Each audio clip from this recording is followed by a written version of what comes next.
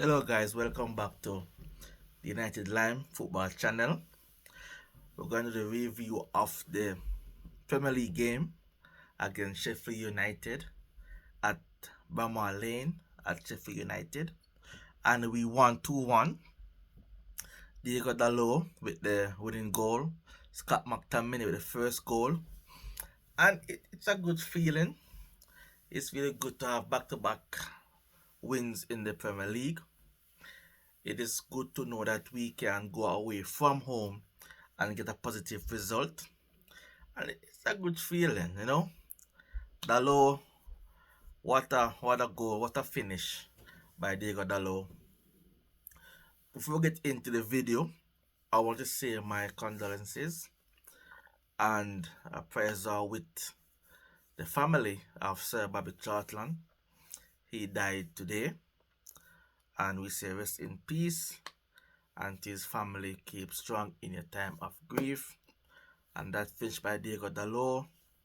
We as a club, we are going to dedicate that goal to you, and I'm sure that you will have been proud of that finish by Diego Dalot.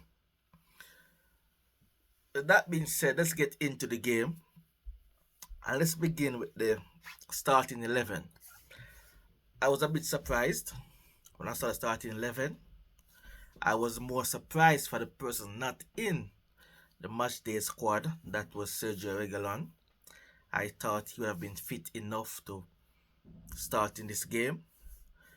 He wasn't even in the squad, which make us believe that he's not fully fit or he's not match ready, and the medical staff didn't want to play him in this game and risk aggravating his injury. So they went with Onana in goal. Left back was Victor Lindelof, Harry Maguire, Johnny Evans, centre back. Right back was Diego Dalot. Midfield, Amrabat, Scott McTominay, Bruno Fernandes. On the left was Anthony. On the right, on the left was Marcus Rashford. On the right was Anthony. And up top was Rasmus Højlund. When I saw the starting 11, I was saying, don't play 2-6. We're playing against a team that's going to have a low block. We're going to play against a team where we will enjoy majority of position. One moment. Okay. Yeah, the light was off. So I'm saying don't play 2-6. We don't need to have 2-6. We don't need to go back to the days of McFred, with Scott and McTominay both playing as 2-6 as a double pivot. That was my concept with 11. When I saw Harry Maguire starting instead of Rafael Varane, I was saying that this might be a good game for him because he's going to win his aerial duels. They're going to be balls in the box, and he's good at heading the football. And I think if we could pick a game and say, Harry Maguire, this is your game, this is a game we would have chosen for him, and he did really well. The 11, yeah, I was okay with it. And Marcus Rashford, he started this game, and I know he would. There are persons that said to me that, why do I want him to play? I don't really want him to play. He's been so poor for us, but the manager likes him, and the manager chooses to play him, and we have to support him and back the manager in his decision, and that's what I am doing. I thought that leading up to this game, he has been really, really bad, and it should not be starting. Getting into the game, we started off very slowly. It was Sheffield, they were doing most of the running, most of the attacking, and we were just passing like going through the motions. Didn't really get involved in the game in the attack sense. We're just going through the motions up until that goal, which was a well worked goal. Bruno Fernandes with an assist. That has to be the worst pass that he have made for an assist. Scott McTominay did brilliant in the box. He took the ball down and it deflected, and the keeper did the move, and the ball went into the net, and we're up 1-0. Scott McTominay, he was actually played as a number 10. He was the most advanced of our midfield three. And Bruno Fernandes, he was playing like a natural 8. He was playing between the lines of a 6 and a 10. He was in the midfield, controlling the tempo of the game. And Scott was tasked with getting close to Rasmus Højlund. So Scott was playing the number 10 role. And that's how he got that chance. He was well advanced. And we actually won a second ball. It was a square from the right hand side. And it was tracked down by Marcus Rashford. He played it into Lindelof. Lindelof to Bruno. Bruno then to Scott. Scott took it on his chest and finished up 1-0. Now at this point, it was against the run of play. We wasn't really attacking per se as much. And when we went 1-0 up, that is a point where experienced heads comes into play. At that point in the game, we say the next 10 minutes, don't concede. The next 15 minutes, don't concede. Let us see this lead up until halftime. And issues again that we've having since the season, we conceded it within 5 minutes of taking the lead. Scott McTominay, he gave a penalty for a handball. It's a penalty. The more you look at it, he made a motion towards the football. So he leaned to the football, and that is why it was given as a penalty. And I was okay with it. I thought it was a fair call, and VAR supported the referee and gave a penalty. The penalty was a well taken penalty by Ali McBurney. Well taken penalty. No keeper could save that one. It right by the post. A brilliant penalty and 1-1. And the disappointing thing about that goal is that we could not see out 10 minutes. We could not keep the ball, play out 10 minutes, and then we build on that. We conceded within 5 minutes of taking the lead, and that is something that we need to look at as a team, because it has happened so often this season already. And then halftime, and it was 1-1 halftime. Second half, I don't want to get into the change and tactical as yet. I'm going to get into it a little bit later. But let's do the goal. The winning goal by Diego Dalot. It was a pass by Victor Lindelof, and he took it outside the 18 and a exquisite finished into the top left of the keeper, who had a touch, had hands to the ball, but he could not prevent it from going in, and 2-1. But at that point, we could sense the goal was coming. We were dominating, we were having attacks, we were having near misses, we were having plays in which the final ball was not perfect. We were having plays where the final pass was intercepted, leading up to the goal. We could sense it. We knew it was coming, and it came. And once we went ahead for the second time, I was confident we would not concede. I was confident we would see out this game, because the team, the defense, the midfield, they were at it. We were playing really, really well. and they were full of confidence, and they saw it out, and we have back-to-back wins this season, and we move on and we build on this performance. It's not a vintage performance, it's not a classical performance. It's a performance in which we went to Sheffield to get 3 points and we left with 3 points. And I'm okay with the performance. They did really well.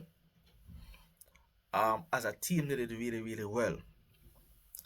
I must say that the substitution that Erik Ten Hag made, he got his tactics spot on for this game.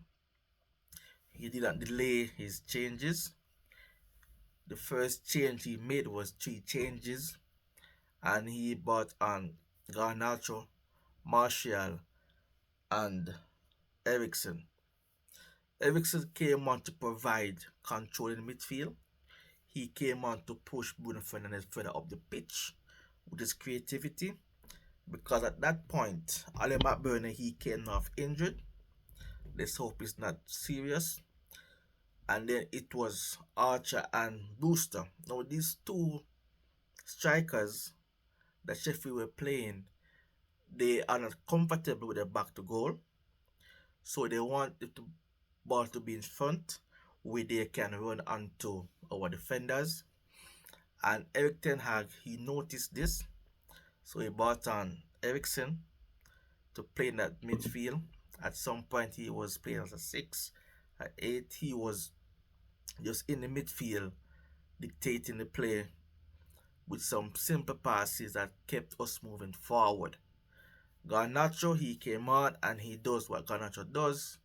Positive energy, lots of running, not scared to take on his defenders, and he kept going, he kept going, he kept going. That's what you expect. I would have delayed the Martial substitution.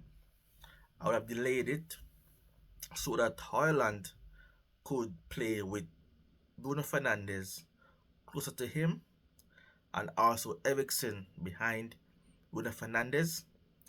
At that point, that those two players, Ericsson and Bruno Fernandes, they are two most creative players. They are players that we have that can pick up the right pass, and these are the two guys that they link up plays really, really well. And I would have given Haaland 10 minutes with these two players on the pitch to see if he can get his first Premier League goal for Manchester United. That's the only thing that I would have done differently. Would have delayed this change, give Haaland like 10 more minutes to see what he could have done with Ericsson and Bruno Fernandes on the pitch simultaneously. The next change we made was Marcus Rashford. He came off, and Johnny Evans, he is injured. It's just a knock. He made a challenge and he came off a Varane. Then Marcus Rashford, he came off for Mason Mount. Mount came on to add a bit more energy. He came on to capitalize on the counter attack. He came on just to retain possession of the football and see out this victory. And that's the substitution then and there. Erik Ten Hag, he did really well. Tactics, he did really well with his subs. It was a good game from our manager, and he delivered us 3 points. I'm going to play ratings now. I don't want this video to be too long. Andre Onana, he gets an 8 for this game, and he gets an 8. This is the best game he has played, in my opinion, since he has been at Manchester United. We want to talk about Andre Onana for his keeping ability. We want to talk about Onana for his goal saves. We want to talk about his position in the box, his command of his area. There are things we want to talk about. We don't want to be scrutinizing Andre Onana about his pass or his misplaced pass that leading to a goal, leading to a red card. He did really well. He made some fantastic saves with his hands. He had one that hit his forearm. I thought it was a bit clumsy, but he saved it, and that's what you want at the end of the day. Make saves, and he did that with Harry Maguire and Johnny Evans as our centre backs. We knew that the short passing from our goal kick, we would scrap that. We weren't gonna do that, and it helped him. He had only one option to go long, and his passing ability to go long is really good. So he had a really good game. He gets an 8 and keep it up, and let us try to get a clean sheet. It's a penalty, and it's gonna go down as him conceding, and we have to keep clean sheets. We need to find a way to keep clean sheets, and I'm proud of his performance. He had a lot of criticism, and he came out and did really well in this game, and we have to back him that he's gonna come good. Other goalkeepers, they started off shaky as well. David De Gea, he was really bad, but then he came good with game time, confidence, knowing the league. So let's give him some time, and hopefully he comes really, really good. Left back Victor Lindelof, he gets a 7. He played out of his natural position. He did really well. He tackled, he passed, he got an assist. For Diego Dalot goal, he gets a 7. Johnny Evans, he gets a 7 as well. Johnny Evans, if you watch the game again, he coached Harry Maguire to I'm not gonna read the rating, but he coached Harry Maguire through that game.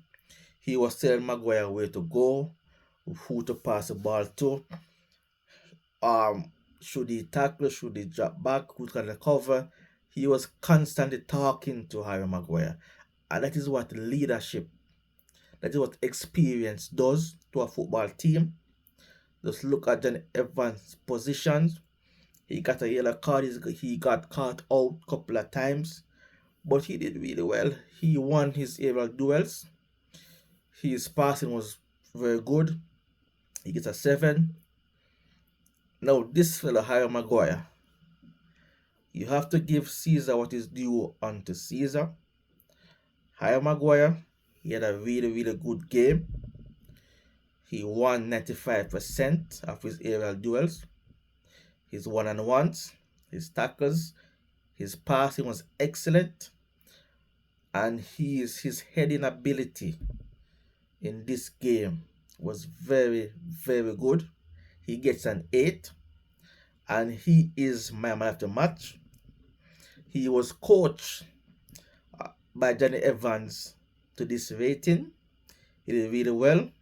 He had an excellent game. He gets an 8. He didn't put a foot wrong. He stepped up when needed. He kept things ticking over as needed. And he made the passes within his limitation. He did not try to do this world-class pass to get an assist. He kept it simple, and he did what was expected of him, and he did really, really well. And again, after match performance, he gets an 8. Right back Diego Dalot, he gets a 7. A well taken goal. He was staying back in the first half. The second half came, he began to express himself in a forward sense. He went and he took his goal really, really well. Excellent finish. Tackling was very good. He stepped into midfield as needed. His passing was very good. He gets a 7. Amrabat, he gets a 7. I don't think he was good as Harry Maguire. He gets a 7. And this performance, what he did, he was the single 6. He was playing position 6 or defensive midfield by himself. He kept things sticking over in the midfield. He made some simple 15-20 yard pass that allowed us to go up the pitch. He dropped off nicely, he covered nicely, he tackled. There were some laps that he made. He did one where it led to a shot by Cameron Archer that was saved by Onana. But all in all, he did a wonderful performance as the lone pivot today. And this performance gives us confidence that when Casemiro is fit, we can give him a night off, knowing that Amrabat can play in that position and give us an excellent performance. Casemiro does not need to be playing 90 minutes every 3 days. He can take a game off, rejuvenate, and come back for the next game. And this performance by Amrabat, it instills confidence in us that he can do this for us. And we need to make his loan move permanent as quickly as possible. We need to keep this player at the club. He gets a 7. Scott McTominay, he had a goal. He considered penalty. He gets a 6. He gets a 6 because he didn't really impact the game. He took his goal really well, but we did not really see him in the game. He was started playing close to Haaland. He was the midfielder that was doing the runs in behind Rasmus Haaland, that was number 9. And he had an average game. Didn't really do anything bad, but it wasn't really in the game until he was substituted. But he took his goal really well, and he was clumsy with the penalty. His handball led to the penalty. He was clumsy. All in all, 6 was Scott McTominay, and well taken goal. Bruno Fernandes, he gets a 6. He's going to be credited with the assist for Scott goal. He made some passes. He tried some that were not really well, some that were intercepted, but we can live with that. Once you're on the field and you're creating as a club, we can live with that. And his performance, it wasn't Bruno-esque. He wasn't dominating. He wasn't getting on the ball. He wasn't dictating the play, the tempo of the game. But he did good in the midfield. I like to see him in the number 10. He has not been playing there for like 4 or 5 weeks. And it showed in this game with link up with Haaland. He wasn't really there. Haven't really played much. But all in all, Bruno Fernandes, he gets a 6 average performance. Anthony, he gets a 5. Didn't really impact the game. Wasn't really involved. He did 2 things good. He got 2 players to get a yellow card. He lost the ball a couple of times. He wasn't on the same wavelength with his teammates. His passes were off. His runs were off. Or he was not moving as the teammates expected him to move. He gets a 5 and he was rightly substituted. On the left, Marcus Rashford. Now he gets a 7. 7 because this is what we want him to do. Be confident, take on your defenders, create chances, shoot and goal. He had an opportunity when it was a bad pass by the goalkeeper and it was intercepted by Marcus Rashford, and he played it to Haaland. He had a shot and the keeper saved comfortably. Marcus Rashford in that position, have the confidence to shoot. Have the confidence to say, yes, I am going to score this goal. I'm going to have a shot on goal. And just shoot. Put your laces to the football and have an attempt at goal. Be confident. You scored so many goals last season. You should be confident that, hey, I've done this recently. I did this last season. I can do it again. And that's what we want from you.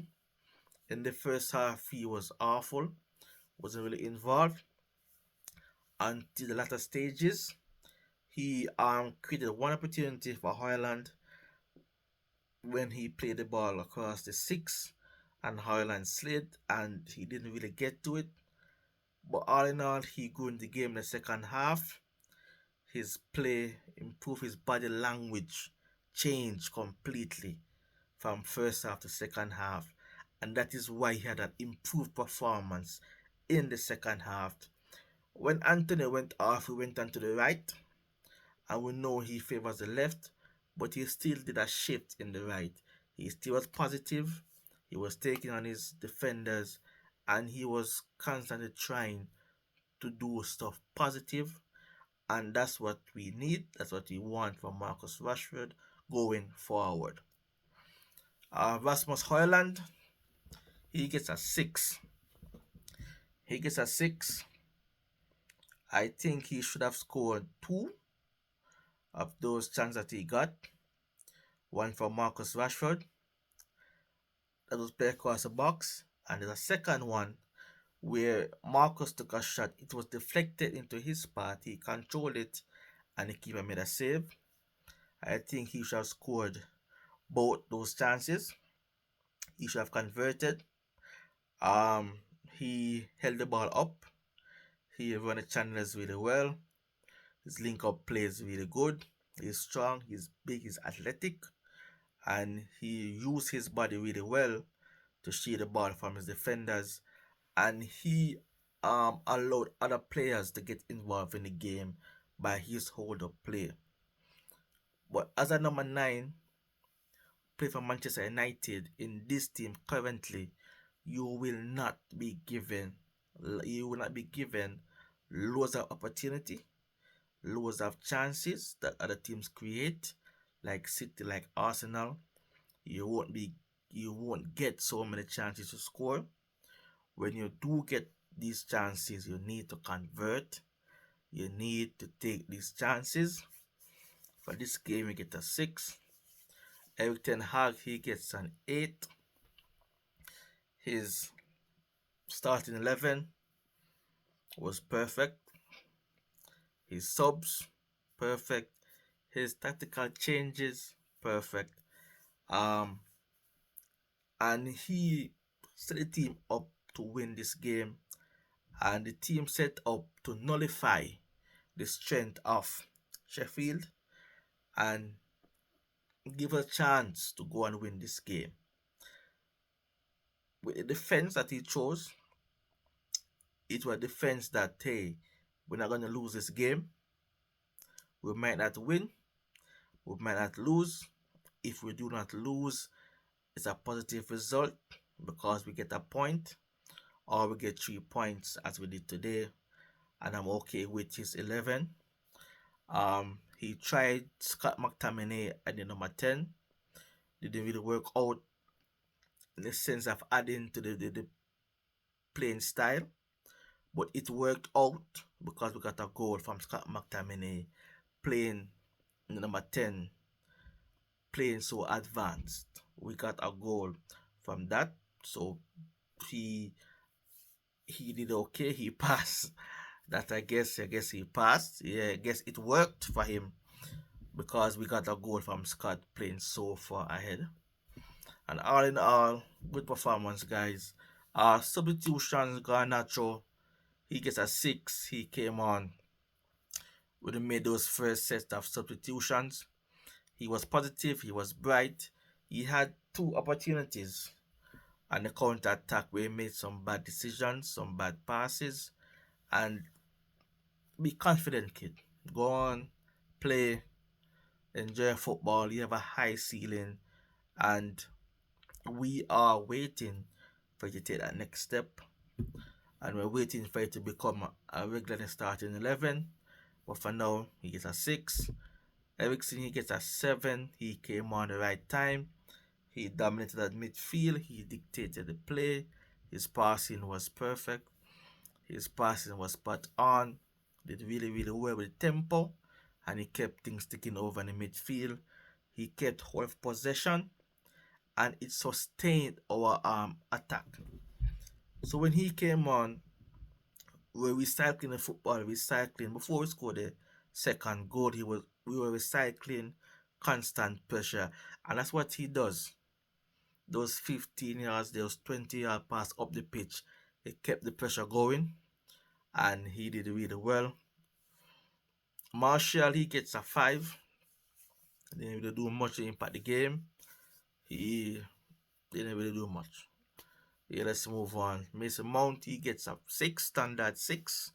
Didn't really do much. And Rafael Varane, he came on in the latter stages for Johnny Evans, who went off injured. He gets a 6 as well. He came in. He won a couple of headers. He did not concede. And he gets a 6.